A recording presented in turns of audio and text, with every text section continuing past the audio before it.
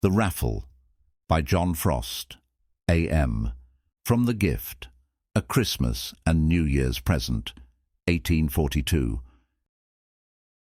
It was on the eve of Thanksgiving Day in the year 1822 that two students of the senior class in Harvard College were sitting quietly in their study, number 29 Holworthy Hall, awaiting the arrival of a friend from a neighboring country town who was to take them to his father's hospitable mansion to spend the approaching holidays. The minds of the young men were full of pleasant anticipations. A heavy fall of snow on the previous day had given promise of many delightful sleigh rides, and the neighborhood of their friend's residence was famous for dancing parties, huskings, quiltings, and other rustic junketings at which the pleasure-loving students of Old Harvard were always welcome guests. "If there is anything," said Tom Norris, one of the young gentlemen, "if there is anything in this world for which I have a decided propensity, it is for studying human nature. And there is no place like the country for doing it to the best advantage." "Just so," replied his chum, Alfred Murray, "no place like the country for reading character. But we must remember that while we are intent upon making our observations, the country people are no less intent upon making theirs, and it behooves us to be especially careful what displays of character we ourselves make when we are on an excursion like that which is to occupy us for the ensuing month." "Oh," rejoined Tom, "you would spoil everything with your caution and reflection. You are always weighing circumstances and looking forward to consequences. That is not the way to study human nature with advantage. Your grave face and reserved air puts everyone on his guard, and you see the whole world in masquerade.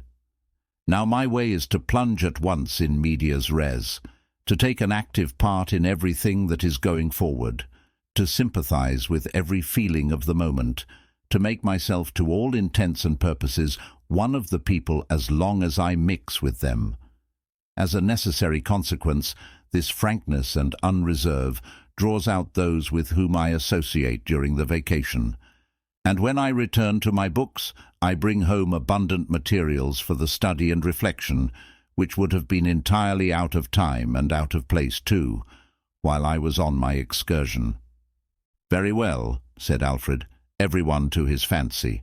We will each study according to his own fashion, and we shall see what will be the result." The jingling of bells under the college windows now apprised them of the arrival of their country friend, Giles Markley, who speedily made his appearance in the room in full sleigh-riding costume, being arrayed in a drab-coloured surtout with broad ivory buttons, and a white hat with a hemispherical crown and rim turned up all round. "Come, boys," he cried joyously as he entered the room. "Are you all ready? There is not a minute to lose. 'Tis a glorious evening. The moon shines bright. The sleighing is capital. I never saw the runners slip along so smoothly, and my bays will do us 12 miles an hour with the greatest ease imaginable." "Ah, there you are, Giles," cried Tom, wide awake as usual. "We have been expecting you just 3 seconds and a half. You are always up to time. How are all at home?" "All alive and hearty." "The young ladies in particular?" said Alfred. "In excellent spirits. There will be lively dancing tomorrow evening, I guess." "So I reckon," said Tom. "I bespoke the hand of the fair Roxalana for the first dance, just a year ago. I hope she has not forgotten it." "Trust her memory for that," replied Giles. "It is just about the last thing she would be likely to forget. But come, let us be off. We can do our talking upon the road." "Here, Ben Skinner," shouted Tom. "Bestir yourself, my good fellow. Fetch my boots, and stow away the trunks in Mr. Markley's sleigh." One of the study doors now opened, and a coloured gentleman whose business it was to wait upon the students made his appearance, and having speedily completed their arrangements for starting, the young men jumped into the ample sleigh, enveloped themselves in buffalo robes, and were soon jingling away across Cambridge Common with the rapidity of an arrow just launched from the bow. On the West Cambridge Road, a few miles from the colleges, there is, or at least there used to be, in our time, a right hospitable tavern kept by one Deacon Meacham, famous for the mulled wine which it supplied to the genteel sleigh-riding parties from Boston, and not less celebrated for the flip with which its sober landlord was accustomed to tickle the palates of his less dainty customers from the country. Indeed, if report said true, the grave deacon could upon any given evening furnish forth a first-rate supper for a select party of college students, and maintain a discreet silence when questioned by the college authorities respecting the whereabouts of the said students upon the said evening, and the night thereunto succeeding. All this, by the way, is mere hearsay, and we vouch not for its truth. The tavern, however, was a very good one, and to its bar-room we now propose to transfer for a short space the scene of our story. It was a spacious room, furnished after the usual fashion of country bar-rooms in New England, with plain furniture, among the most conspicuous articles of which was a huge high-backed bench, called a settle, which flanked one side of the ample fireplace, where a roaring wood fire blazed and sparkled its cheering welcome to all comers. On one side of the room was a large square box, placed against the wall, and serving the various purposes of a chest for overcoats, boots, and horse blankets, a seat for the public in general, and a bed at night for the ostler. One portion of the appointments of this room would have puzzled a southerner to determine its use. It consisted in an array of pokers of various length and size, all thrust into the bed of live coals on the hearth and heated red-hot.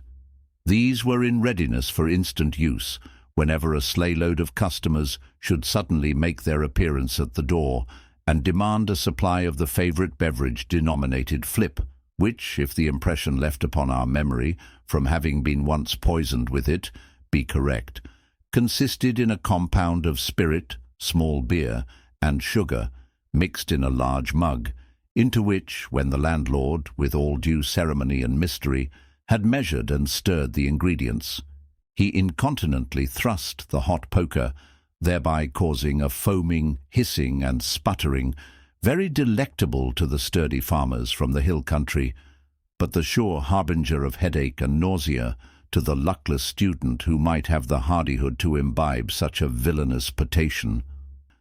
The persons who occupied the bar-room on the evening to which we have referred were the landlord, who was busy behind the bar arranging his decanters, tumblers, and mugs, a country neighbour, one Jotham Jarvis, who was chaffering with the landlord about the purchase of a horse, and a certain Mr. Gad Slocum, a regular bar-room lounger, who, having stretched out his lazy length upon the settle, was basking in the cheering warmth diffused by the blazing wood fire, meditating on the means by which he should win a half-welcome at some neighbour's luxurious Thanksgiving dinner on the morrow. While the parties were thus engaged, there entered a sturdy-looking farmer, a middle-aged, weather-beaten man, bearing in his hand a goose, which he forthwith deposited upon the nearest table. "Deacon," said he, approaching the landlord with a grim smile, and speaking in a long, slender whine, "Deacon, I do wish you would buy this here goose. It is the last of half a dozen which I brought down to sell this afternoon. I have traded away all the rest on and I want to be jogging home. What will you give for it now? You shall have it for most any price, 'cause I'm in a hurry to get home." "Why, Mr. Muzzle," replied the landlord, "I don't want that a goose. I've got a sight of poultry in the house, and I expect there is a thaw coming on. It ain't worth nothing to me." "What will you take for it, Muzzle?" inquired the bargain-loving Jotham. "What will you give, Mr. Jarvis?" said Muzzle. "Set a price," said Jotham. "Make an offer," said Muzzle. "What do you think it's worth?" said Jotham. "Set a value on it for yourself," said Muzzle. "I'm afraid you'll take me up," said Jotham. "Oh, you're both so tarnal sharp," interposed Gad Slocum in a drawling tone, "that you'll never trade. Know how you can fix it. You'd better put it up for a raffle, Mr. Muzzle." "Well," replied Muzzle, I don't care if I do. Suppose now that we make 5 shares at $0.25 apiece." "But the goose isn't worth half the money, Mr. Muzzle," said Jotham. "I think it's as well worth it as $1 is worth another," said Muzzle. Here the conversation was interrupted by the sound of bells at the door, and a moment after the students and their friend Markley entered the bar-room. "Come, Deacon," said Norris the moment they came in. "Give us a mug of your flip. Make it in your very best style." "I think it had better be mulled wine, Norris," said Alfred. "No, no," replied Tom. "We are on a country frolic now, and let us have country fare." "That's right," said Markley. "I second the motion, and see that you make it sweet and strong, with a plenty of all the ingredients, and a terribly hot poker." The beverage was soon ready, and while the young gentlemen were blowing off the foam and burning their lips in attempting to taste it, the original occupants of the bar-room resumed the subject of the raffle. Norris, observing what was going forward, suggested to his companions to join in the sport. Alfred received the proposition with high disdain, and when Markley supported Norris's proposition, declared his determination to have nothing to do with it. Norris, however, resolved to bring him into the measure, and by representing to him the necessity of their having some sort of amusement during the half-hour while the horses were eating their oats, the propriety of their availing themselves of so capital an opportunity to study human nature, and the fun they would have in presenting the goose, which he made no doubt of winning, to the fair Roxalana on their arrival at their friend's country house, he at last succeeded in inducing him to take a chance with the rest. The whole thing was then easily arranged. Jotham, by dint of hard chaffering, had succeeded in beating down Muzzle's price for chances from 25 to 20 cents, and each of the company took one. But here a new difficulty arose. The landlord, worthy Deacon Meacham, had conscientious scruples about permitting such doings in his house. "Raffling, Mr. Muzzle," said that excellent functionary, raising his voice with a shrill nasal twang. "Raffling in my house? Well, I never. Why, it's downright gambling. What would the minister say, or one of the selectmen of the town, if either of them should happen to come in while you are having such goings-on?" "Why, they would say," replied Tom, "that it was a very innocent amusement."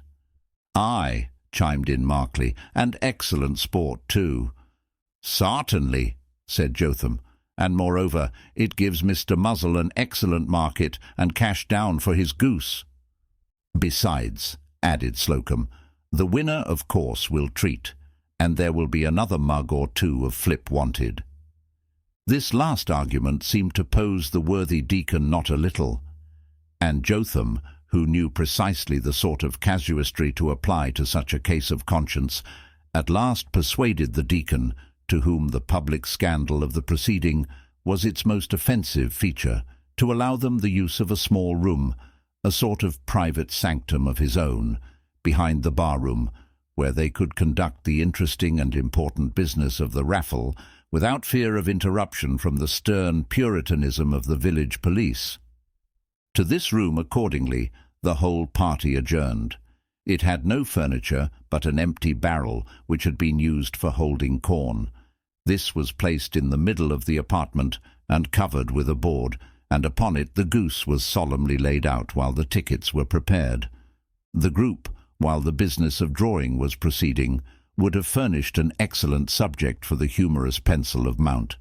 The keen, money-loving look of Jotham as he shook the hat and guessed at the chances, the stolid sordidness of old Muzzle, gloating with satisfaction upon the actual possession of the 5 pistareens, which he still held in his closed hand, while he affected to be a disinterested spectator of the game, young Markley's frolic eagerness as he actually held on to the goose's leg in anticipation of his own or his friend's good luck, Norris's gay laugh as he witnessed the solemnity with which his graver companion Alfred held up his blank, just drawn, and the easy, nonchalant air with which Slocum, with his hands thrust in the pockets of his Boston wrapper, regarded the livelier actors in the farce, all made up a scene where a painter might have studied human nature after the fashion of Tom Norris himself. Each shake of the hat and each thrusting in of a hand was followed by the production of a blank and the explosion of a roar of laughter from all but the saturnine muzzle, until it came at last to the turn of Slocum, who, apparently to the disappointment of everyone, including himself, fairly won the goose. Good fortune to him was such a rarity that he hardly knew how to give it a welcome.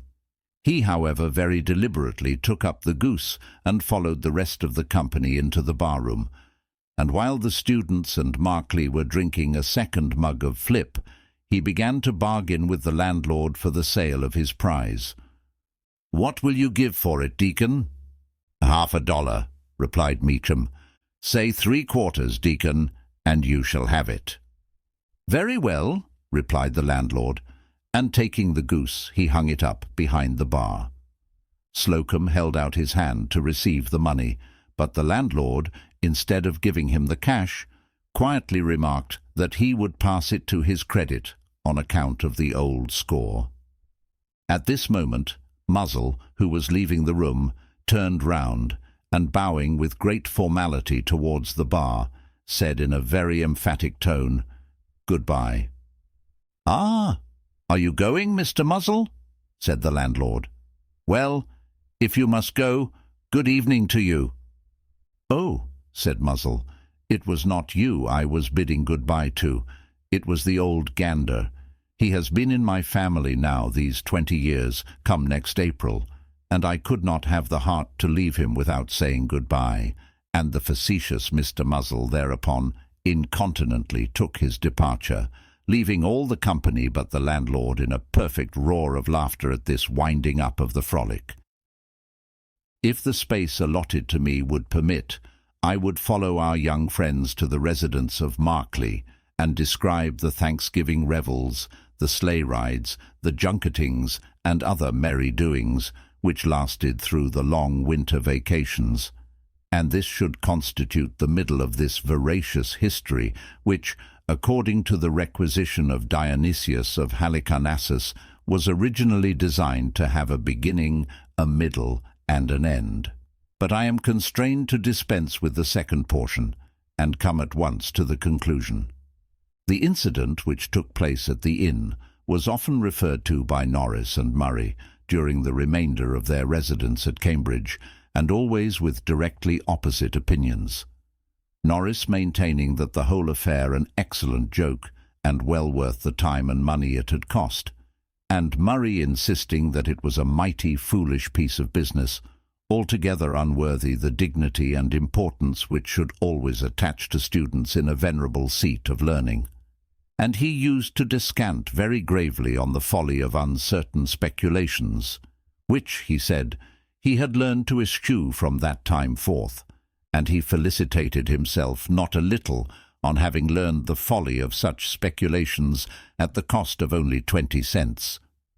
To all this Norris replied that he had acquired a taste for speculation by his enjoyment of that very scene, and that his recollection of the interest he had taken in each shake of the hat would undoubtedly lead him at some future time to try something of the sort on a larger scale. In short, he was determined that should not be the last goose for which he would raffle. Many a remark made in jest becomes a prophecy in earnest.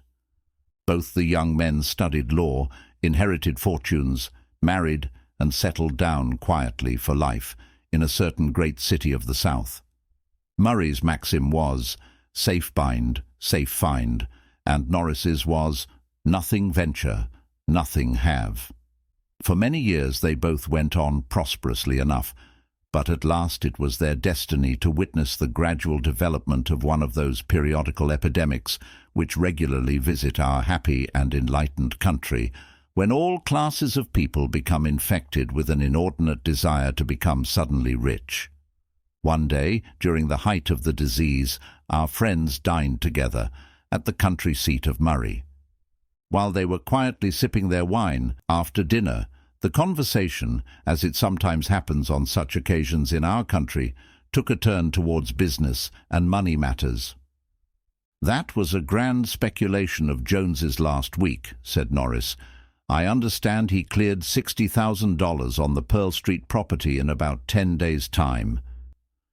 "So I am told," replied Murray, "but I dare say he will lose it all before the year is out. Light come, light go, you know." "Not he. He is a shrewd fellow, that Jones. He has invested it all in first-rate stocks. No mistake about him." "Pray now, what do you call first-rate stocks?" "Why, I believe he bought Vicksburg, if I recollect rightly. That is first chop, you know." "Vicksburg is a great way off," dryly remarked Murray. "I would rather lay out my money in land or houses here in town, if it were possible to buy at a decent price. But the prices of all kinds of property seem to me to be most inordinately high in proportion to any reasonable calculation upon its productiveness. At present I neither buy nor sell." "That is just your way now. For my part, I am content to follow the fashions. I have sold all my city property except my house, and I mean to go in for some of the Brooklyn lots. Great chance for speculation there, Murray."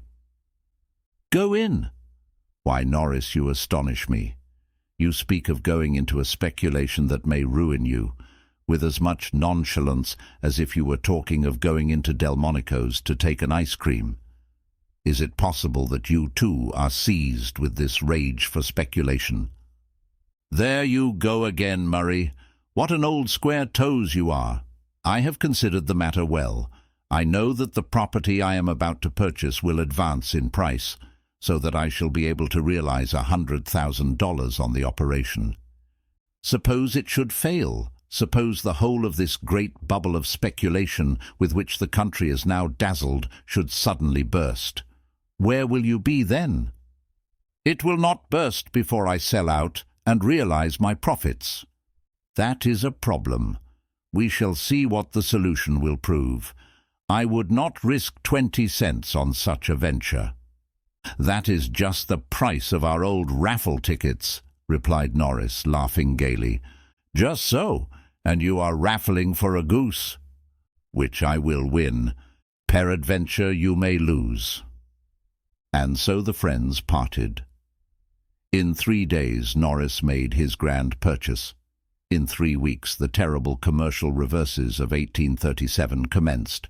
The bubble did indeed burst, and at the end of that short period of time, poor Norris, in common with a few thousand of his fellow citizens, found that he had engaged in one raffle too many.